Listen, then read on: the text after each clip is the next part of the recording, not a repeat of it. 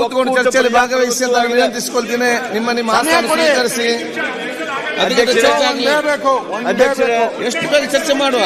ಭಾರತವು ವಿಶ್ವದ ಅತಿ ದೊಡ್ಡ ಒಕ್ಕೂಟ ಪ್ರಜಾಪ್ರಭುತ್ವ. ಎರಡನ್ನೂ ಕೂಡ ನೀವು ಭಾರತ ಸಂವಿಧಾನದ ಭಾಗ 15ರಲ್ಲಿ ಪ್ರತಿಪಾದಿಸಿರುವ ಮುಕ್ತ ಮತ್ತು ನ್ಯಾಯಸಮ್ಮತ ಚುನಾವಣೆಯ ತತ್ವವು ಈ ಪ್ರಜಾಪ್ರಭುತ್ವದ ಆತ್ಮವಾಗಿದೆ.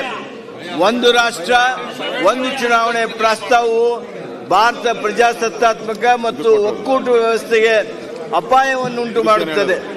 ಬೇರೆ ಬೇರೆ ರಾಜ್ಯಗಳ ವಿಧಾನಸಭೆಗಳು ಅವುಗಳದ್ದೇ ಆದ ಅಧಿಕಾರ ಅವಧಿಗಳನ್ನು ಹೊಂದಿರುತ್ತವೆ ಮತ್ತು ಏಕರೂಪ ಚುನಾವಣಾ ವೇಳಾಪಟ್ಟಿಯು ರಾಷ್ಟ್ರೀಯ ವಿಷಯಗಳ ಮೇಲೆ ಹೆಚ್ಚಾಗಿ ಗಮನ ಹರಿಸುವ ಮತ್ತು ಸ್ಥಳೀಯ ಕಾಯ್ದೆಗಳನ್ನು ನಿರ್ಲಕ್ಷಿಸುವ ರಾಜ್ಯಗಳ ಸ್ವಾಯತ್ತತೆಯನ್ನು ದುರ್ಬಲಗೊಳಿಸಬಹುದು, ಖಚಿತಪಡಿಸಿಕೊಳ್ಳಬಹುದು. ಚುನಾವಣಾ ಸಿಬ್ಬಂದಿಯನ್ನು ನಿರ್ವಹಿಸುವುದು, ಬೇಸರ ಕಡಿಮೆಗೊಂಡ ದೇಶದ ಎಲ್ಲ ರಾಜ್ಯಗಳನ್ನ ಗಮನಕ್ಕೆ ತೆಗೆದುಕೊಂಡು ಮಾಡುವಂತದ್ದು. ಚುನಾವಣೆ ವೆಚ್ಚ ಸುಮ್ಮನೆ ಏಕಾಏಕಿ ಚುನಾವಣೆ ಹೆಚ್ಚಾಗೋದು, ಚುನಾವಣೆ ಬಂದ ಸಂದರ್ಭದಲ್ಲಿ ಯಾವುದೇ ಅಭಿವೃದ್ಧಿ ಕಾರ್ಯಗಳಾಗಲ್ಲ. ಅಭಿವೃದ್ಧಿ ಕಾರ್ಯಗಳೆಲ್ಲ ಪ್ರತಿ ಸರಿನೂ ಕೂಡ ಲೋಕಸಭೆಗೆ 2 ತಿಂಗಳು, ವಿಧಾನಸಭೆಗೆ 2 ತಿಂಗಳು, ಜಿಲ್ಲಾ ಪಂಚಾಯತಿಗೆ 2 ತಿಂಗಳು, ಕಾರ್ಪೊರೇಷನ್ ಎಲೆಕ್ಷನ್ ಹಿಂಗೆ ಮಾಡಿದ್ರೆ ಅಭಿವೃದ್ಧಿ ಕಾರ್ಯಗಳು ಕುಂಠಿತ ಆಗ್ತದೆ. ಅನ್ನೆಸೆಸರಿಲಿ ರಾಜ್ಯದ ದೇಶದ ಜನಗಳ ದುಡ್ಡು ಹಾಳಾಗ್ತಾ ಇದೆ. ಅದನ್ನ ಈ ತರ ಒನ್ ನೇಷನ್ ಒನ್ ಎಲೆಕ್ಷನ್ ಮಾಡಿದ್ರೆ ದೇಶದ ದುಡ್ಡು ಉಳಿಯುತ್ತೆ. ಇದು ಸರ್ವಾನುಮತ ಇದೆಲ್ಲ, ಇದನ್ನ ವಿರೋಧ ಮಾಡ್ತಾ ಇದ್ದೀರಿ. ನಾವು ಅದಕ್ಕಾಗಿ ಇದೊಂದು ವಿರೋಧ ಮಾಡ್ತಾ ಇದ್ದೀರಿ.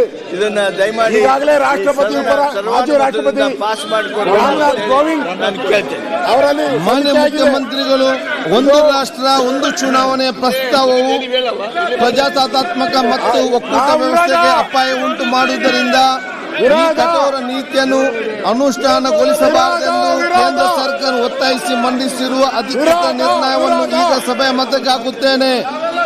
ನಿರ್ಣಯದ ಪರವಾಗಿರುವವರು ಹೌದು ಎಂದು ಸೂಚಿಸಬೇಕು, ನಿರ್ಣಯದ ವಿರುದ್ಧವಾಗಿರುವ ಇಲ್ಲ ಎಂದು ಸೂಚಿಸಬೇಕು.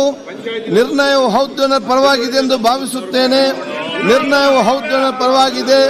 ನಿರ್ಣಯವು ಸರ್ವಾನುಮತದಿಂದ ಅಂಗೀಕೃತವಾಗಿದೆ. ಮಾಜಿ ರಾಷ್ಟ್ರಪತಿ ಪ್ರಣಬ್ ಮುಖರ್ಜಿ ಅವರು ಹೇಳಿದ್ದಾರೆ, ದೇಶದ ಹಣ ಪೋಲಾಗುತ್ತೆ, ಈ ಒಂದು ನೀತಿ ಸಂಹಿತೆಯಿಂದ ಅಭಿವೃದ್ಧಿ ಕಾರ್ಯ ಪ್ರಣಬ್ ಮುಖರ್ಜಿ ಅವರು ಹೇಳಿದ್ದಾರೆ.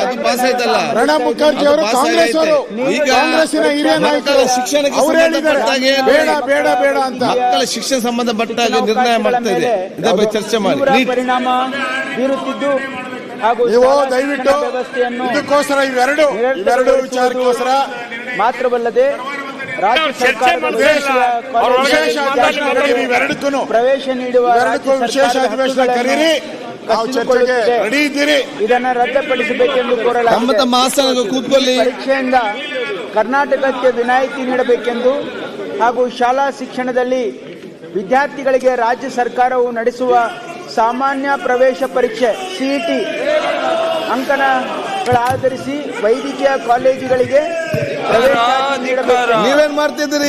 ಇಲ್ಲಿ ಜನರ ಬಗ್ಗೆ ಒಂದು ನಿಮಿಷ ಚರ್ಚೆ ಮಾಡುದಿಲ್ಲ.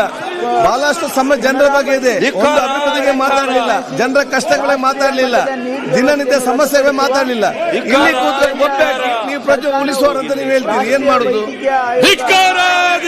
ಅಧಿನಿಯಮ 2019 ಕೇಂದ್ರ ಅಧಿನಿಯಮ 30ರ ಅಗತ್ಯ ತಿದ್ದುಪಡಿ ಸಹ ಹಿಂದೆ ಕಾಂಗ್ರೆಸ್ ಇದ್ದಾಗ ಸರ್ಕಾರವನ್ನು 1983ರಲ್ಲೂ ಕೂಡ ಆಯೋಗ ರಿಪೋರ್ಟ್ ಕೊಟ್ಟಿದೆ. ಮಾನ್ಯ ಅಧ್ಯಕ್ಷರೇ, ಮುಖ್ಯಮಂತ್ರಿಗಳು ನೀಟ್ ಪರೀಕ್ಷೆಯನ್ನು ಪೋಲಾಗದನ್ನ ತಡಿಬಹುದು, ನೀಟ್ ಪರೀಕ್ಷೆ ವ್ಯವಸ್ಥೆಯನ್ನು ರದ್ದುಪಡಿಸಬೇಕೆಂದು ದೇಶದಲ್ಲಿ ಕೇಂದ್ರ ಸರ್ಕಾರ ಒತ್ತಾಯಿಸಿ ಈಗ ಸಭೆಯ ಮತಕ್ಕೆ ಹಾಕುತ್ತೇನೆ.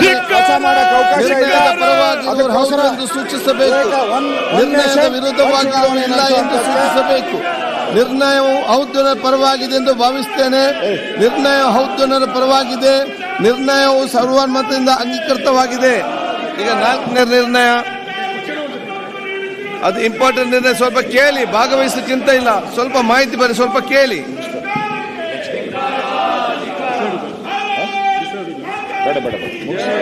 ಅರಣ್ಯ ಸಚಿವರು. ಮಾನ್ಯ ಸಭಾಧ್ಯಕ್ಷರೇ, ಅರಣ್ಯವಾಸಿ ನಾನು ಈ ಕೆಳಕಂಡ ನಿರ್ಣಯವನ್ನು ಮಂಡಿಸುತ್ತಿದ್ದೇನೆ.